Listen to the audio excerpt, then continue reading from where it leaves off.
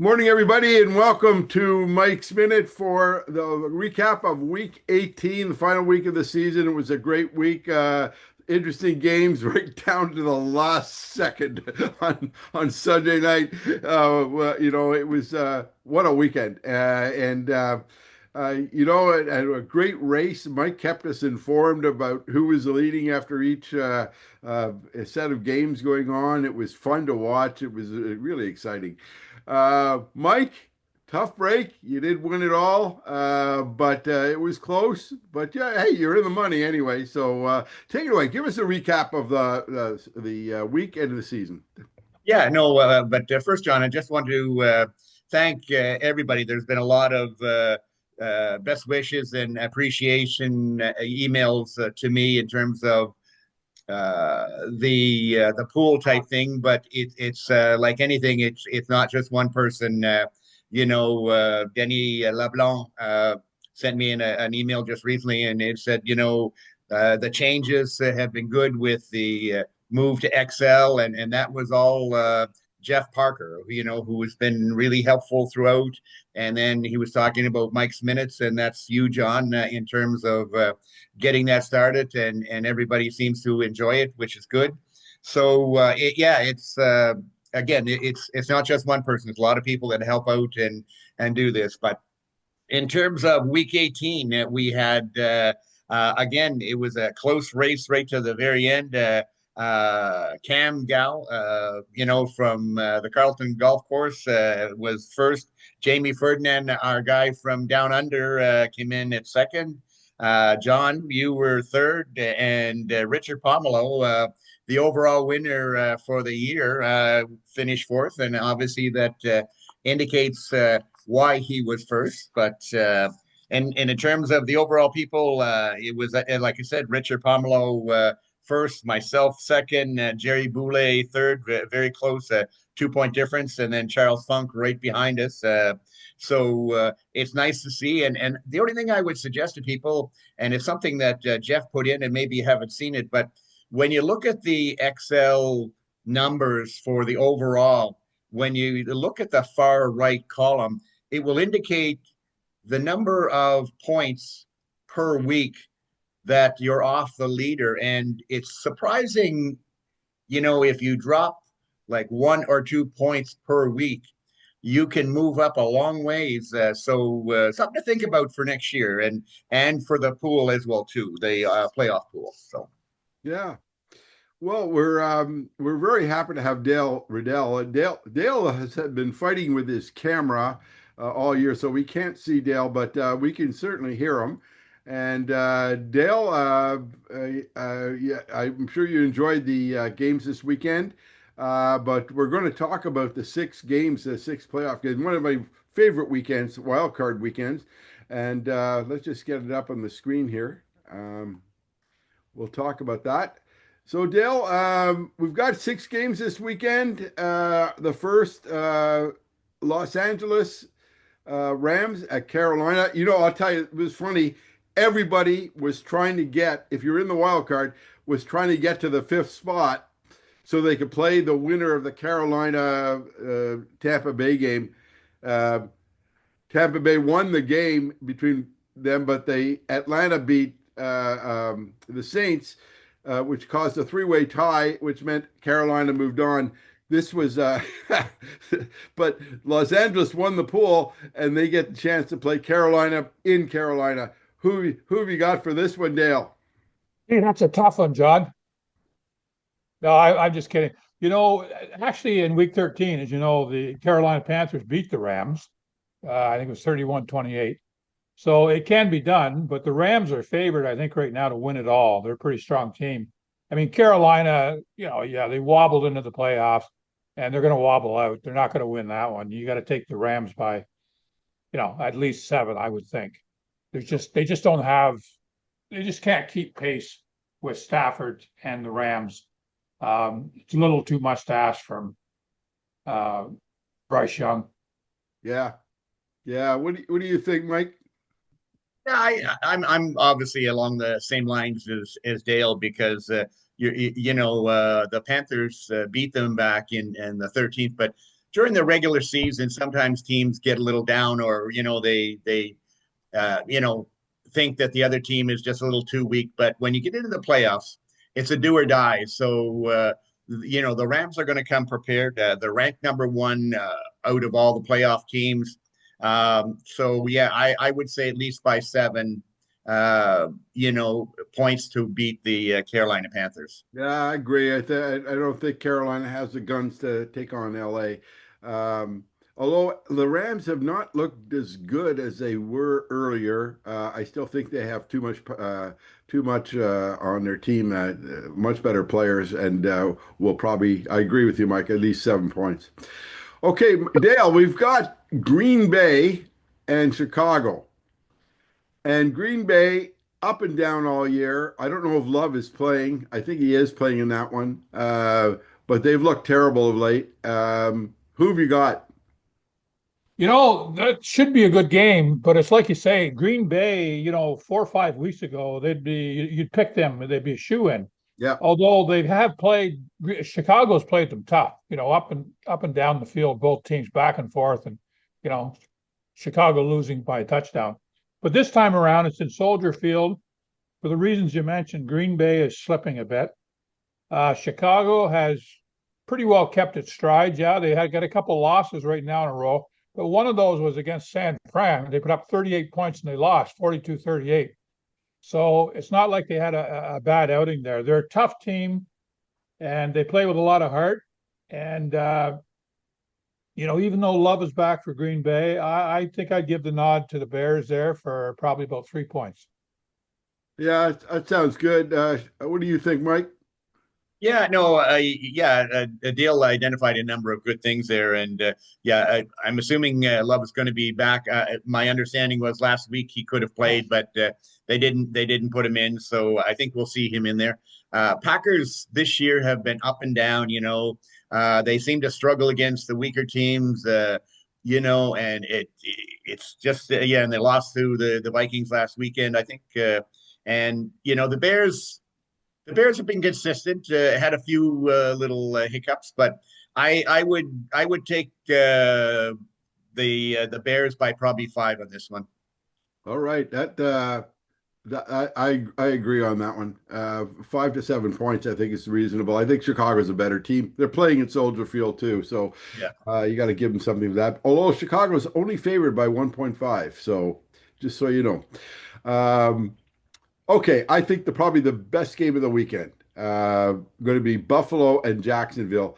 Jacksonville has been hot, red hot. Looks like Trevor Lawrence has woken up. I think he's finally going to team meetings and looking at tape. So I think he's dedicated himself to be a good quarterback.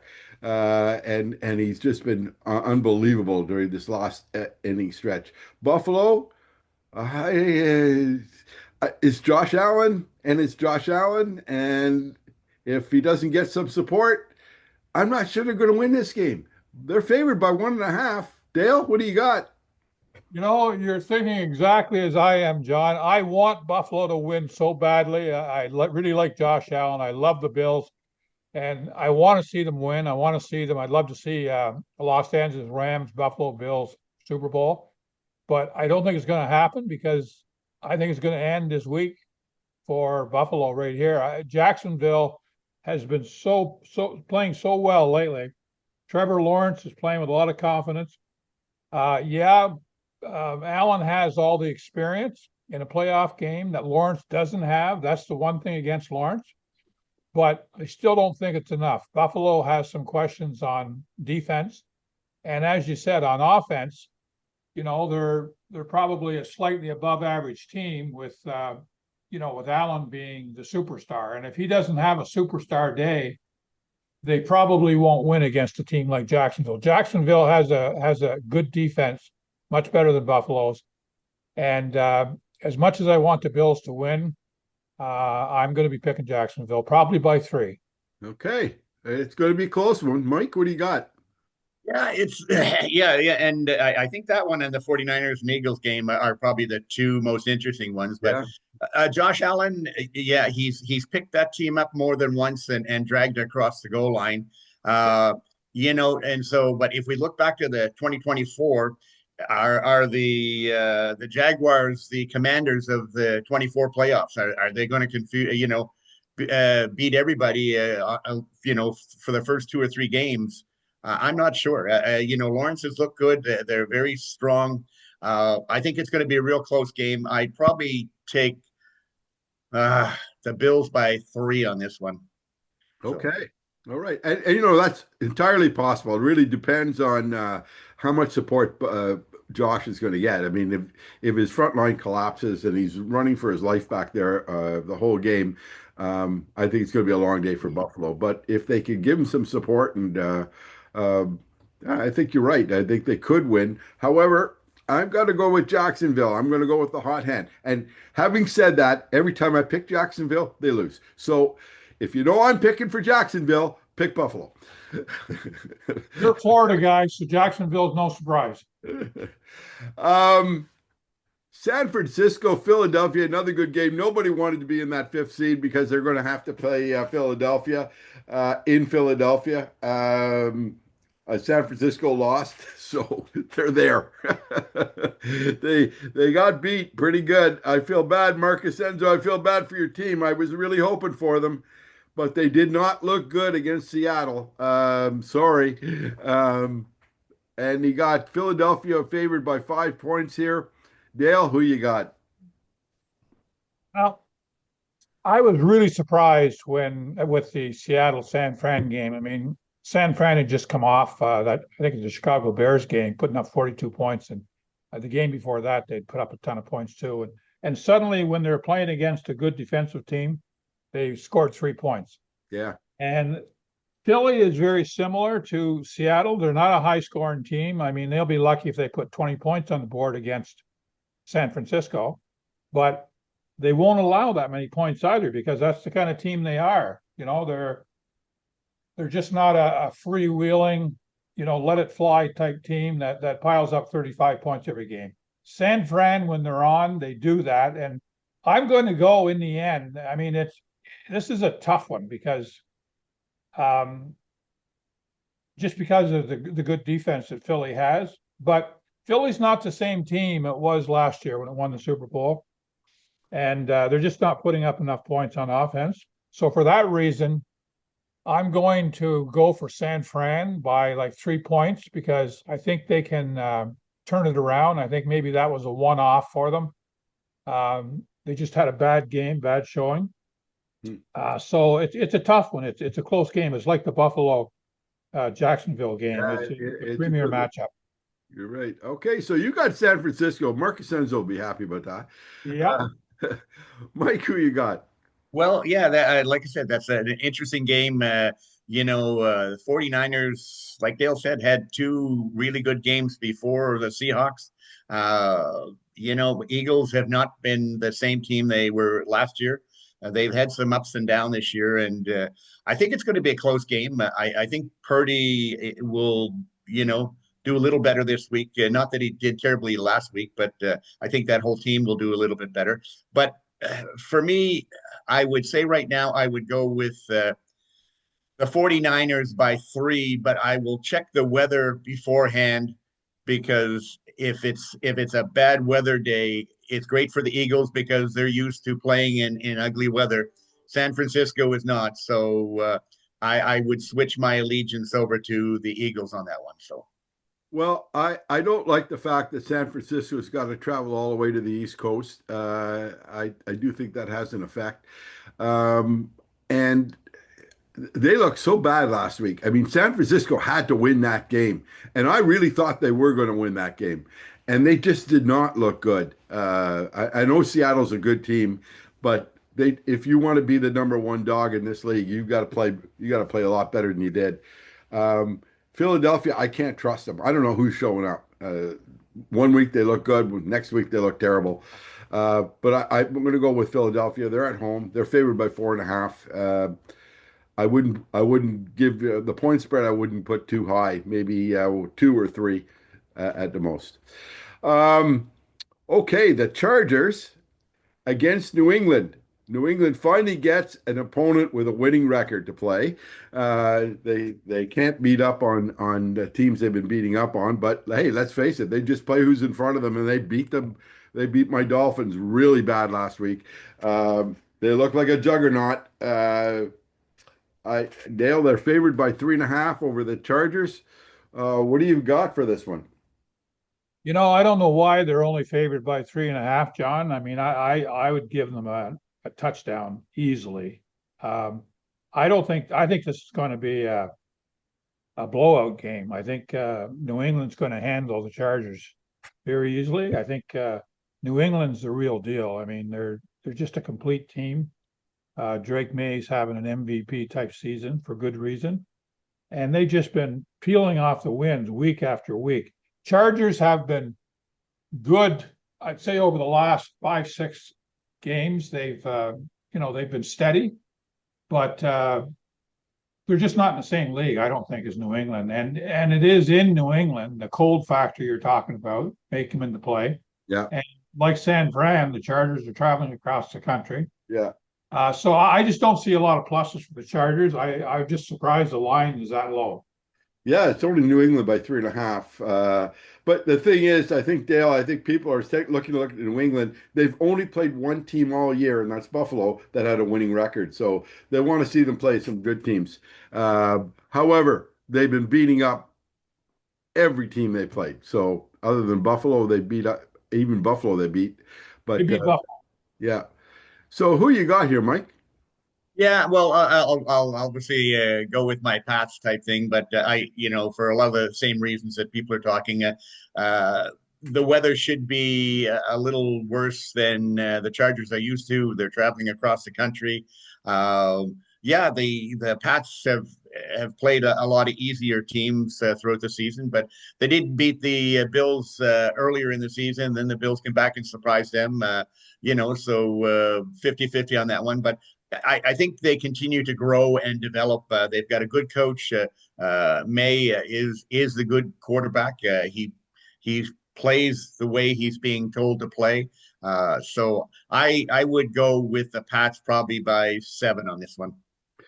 Okay, I think it's going to be a close game, like you said. If the Chargers can get their running game going, it's going to be a very, very close game because that's, I think, going to determine the winner in this one.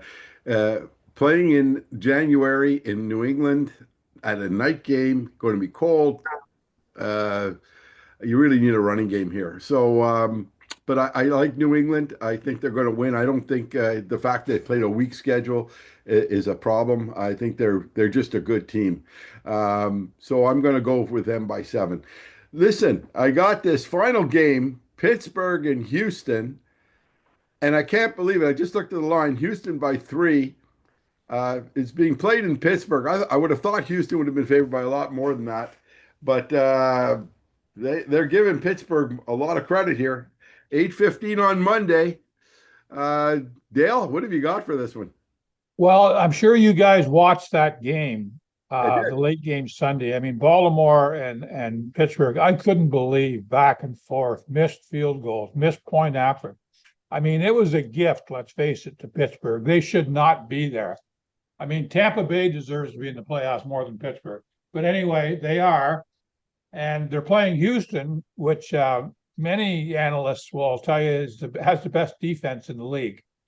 So this is going to be, again, 3.5 points. I'm surprised that it's that low because, Pittsburgh is to me like the weak sister of Carolina. It's one and done right here. And Houston should win this easily. TJ Stroud has been playing well this year. I think he's probably having the last half dozen games in particular. I mean, he's playing with a lot of confidence.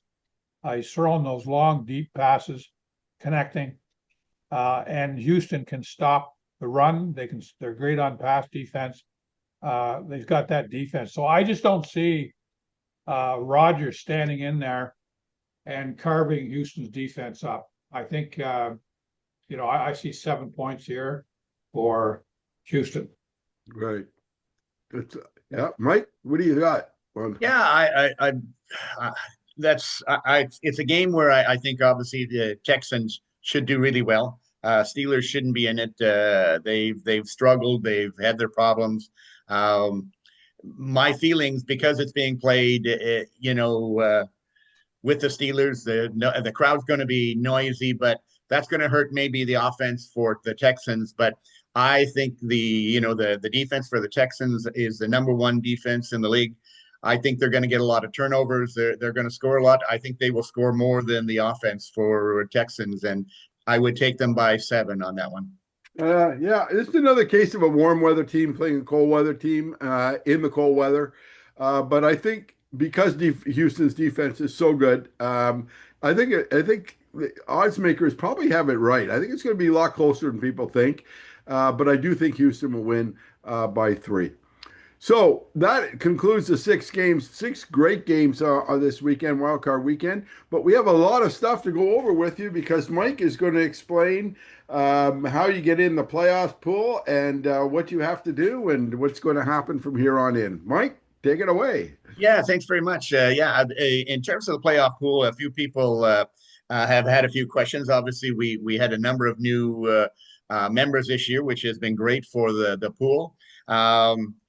Basically, the football pool is it's a $10 cost, so cheap like borscht.